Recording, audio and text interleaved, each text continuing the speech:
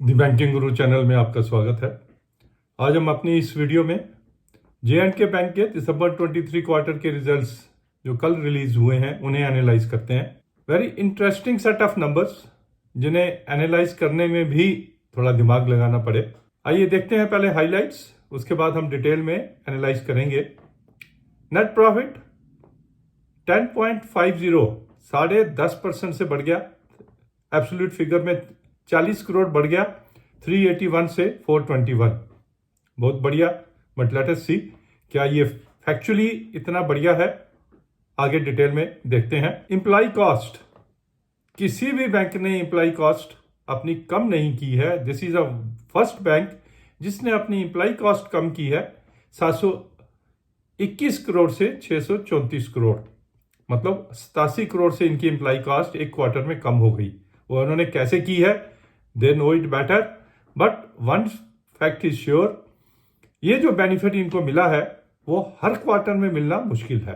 तो they have got the benefit of employ cost reduction 87 crore. Then wage revision जो सभी बैंकों का हुआ है उसके लिए उन्होंने 63 करोड़ का प्रोविजन किया है, बट उसके अगेंस्ट एक प्रोविजन उन्होंने राइट बैक किया है, वो है इनका ग्रेचुटी का कुछ प्रोविजन इन्होंने एक्सेस किया हुआ था, वो इन्होंने राइट बैक किया है to the extent of 67 crore. तो इन्होंने यहां पे ये बचा लिया। अदरवाइज 63 करोड़ से वेज रिवीजन का जो एडिशनल प्रोविजन करना पड़ा उसकी वजह से इनका प्रॉफिट टू दैट एक्सटेंट कम हो सकता था। ट्रेजरी प्रॉफिट लास्ट क्वार्टर में 64 करोड़ था, इस बार 24 करोड़ है, तकरीबन 40 करोड़ का ट्रेजरी प्रॉफिट भी कम हुआ है। अच्छी चीज, QIP जो इन्होंने किया था 106 रुपये 60 पैसे पे किया था, मान के चलिए ये अब इनका बेस बन गया। अच्छा रेट 106 रुपये 60 पैसे से ऊपर ही रहेगा, हालांकि अभी तो 135 140 पे चल रहा है, that is a good thing. Family pension की जो प्रोविजन थी काफी बैंकों ने उसको 100% प्रोवाइड फॉर कर लिया था एक ही क्वार्टर में, इन्होंने एमोरटाइज किया है और उसका इनका भी बैलेंस जो अभी भी इन्होंने प्रोवाइड फॉर करना है वो है 32 करोड़। तो we can say to that extent इन्होंने अपने प्रॉफिट्स थोड़े से बढ़ाए हुए हैं जो आगे जाके इनको प्रोवाइड फॉर करना पड़ेगा। एक मेजर इशू जो काफी क्वार्टर से चल रहा है वो है इनके अदर एसेट्स। 5237 करोड़ के अदर एसेट्स जो इन्होंने जे.एंड.के बैंक जे.एंड.के गवर्नमेंट के बिहाफ पे पेंशन डिसबर्स किया था, इनको उसकी पेमेंट नहीं मिली है। मिलेगी नहीं मिलेगी we don't know, but this is a very big figure और इसकी एक कास्ट ऑफ फंड्स भी है। 5237 करोड़ अगर नहीं मिलते हैं एक साल तक तो समझिए साल का 523 करोड़ का लॉस इनको हो रहा है, whether they are going to get this amount or not, and when they get it whether they get it with interest or not, this is a big question mark. With these riders the numbers appear to be good.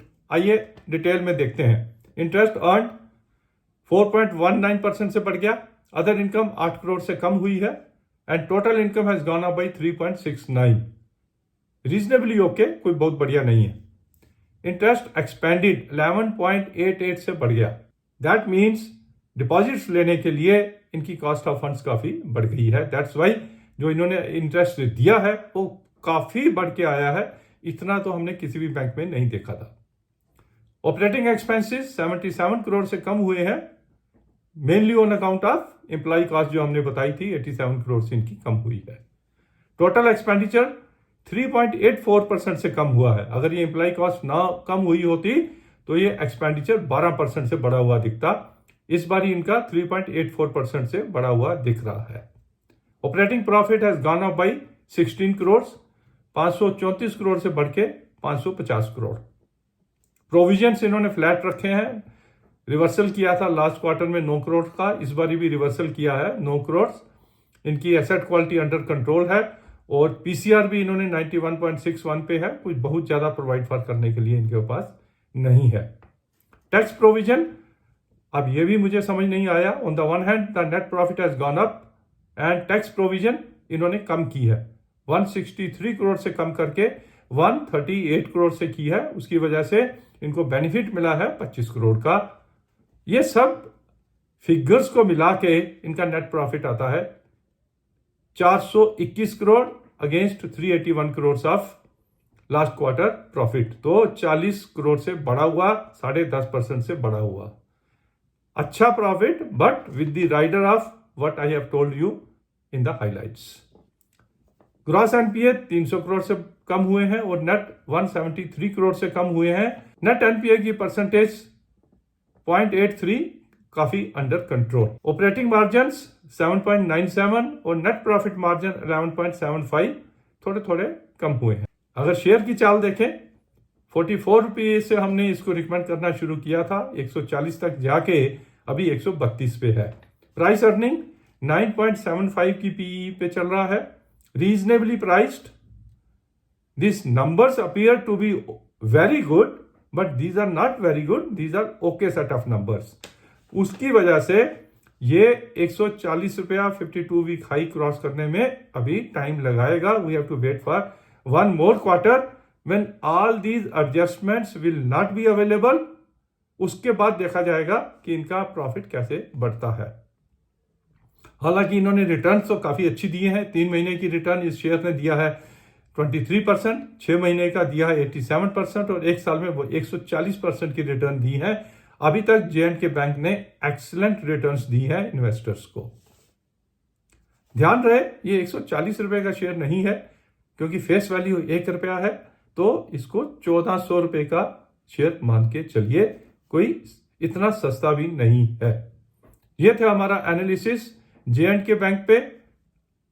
Numbers जितने excellent दिख रहे हैं उतने हैं नहीं, but otherwise also reasonable set of numbers. उसकी वजह से share will be hovering around 130, 135, 140 का क्रॉस करना अभी मुश्किल है, but definitely long term bet is there. हमने इनिशियल अपनी वीडियोस में J&K बैंक को एक जो सबसे बड़ा एडवांटेज दिया था कि J&K गवर्नमेंट की इनको सपोर्ट है और जो इंफ्रास्ट्रक्चर इन्वेस्टमेंट J&K में हो रही है उसका इनको बेनिफिट मिलेगा। बट सेम जो एडवांटेज है वो सम पॉइंट ऑफ टाइम एक रिस्क है कि डिसएडवांटेज भी हो सकता है। अगर J&K गवर्नमेंट ये डिसाइड करती है कि in addition to J&K bank they will be adding one more bank या 2 या 3 और बैंक ले लेते हैं, टू दैट एक्सटेंट जो गवर्नमेंट बिजनेस है वो इनकी इंपैक्ट हो सकती है। एज ऑन डेट नहीं है, but that is a risk which we have to consider, take into account while investing in J&K Bank. Thank you very much for watching this analysis.